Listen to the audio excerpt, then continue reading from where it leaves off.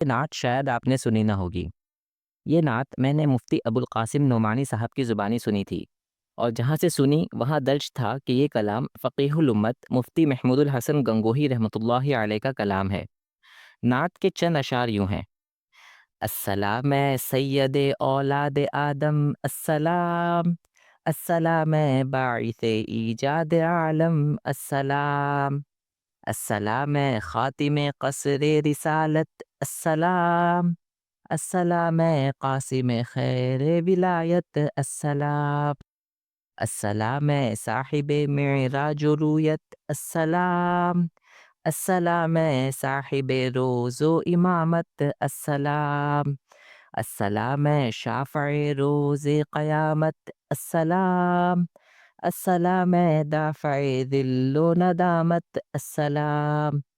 السلام باصفاؤ باحیاؤ باجمال، السلام بے ریاؤ بے ہواؤ بے مثال۔